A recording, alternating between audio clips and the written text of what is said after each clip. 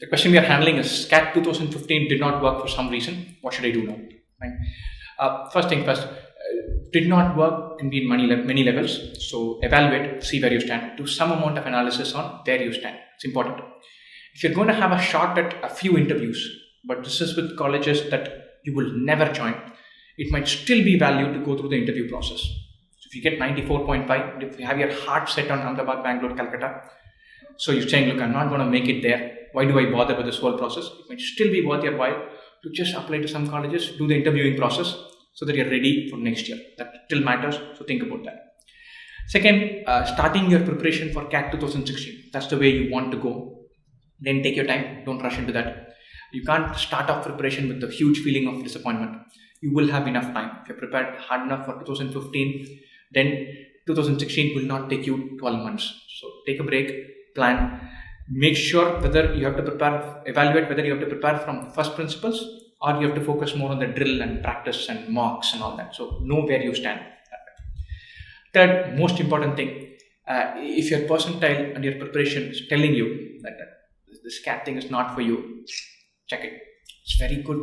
CAT is a good exam. It does a good job of testing and saying how some people have the ability to clear this exam and therefore might be decent at management education and becoming managers. And it's a decent exam. I'm not going to diss the exam. It has treated me well, so there's also a personal reason there.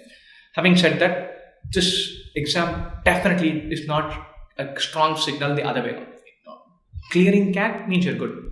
Not clearing or not cracking this means nothing.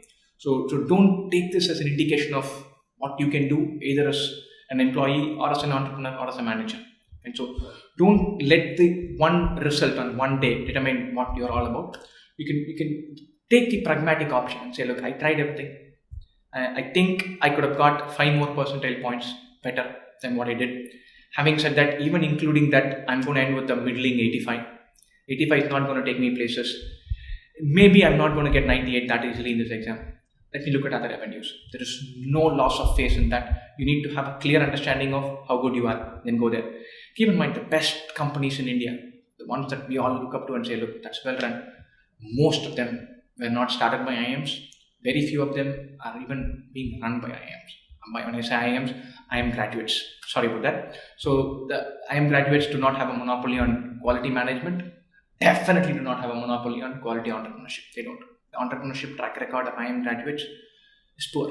So if you're starting a company and running a great organization is your thing, IIM is but one avenue to try for it, not the only road. All the best.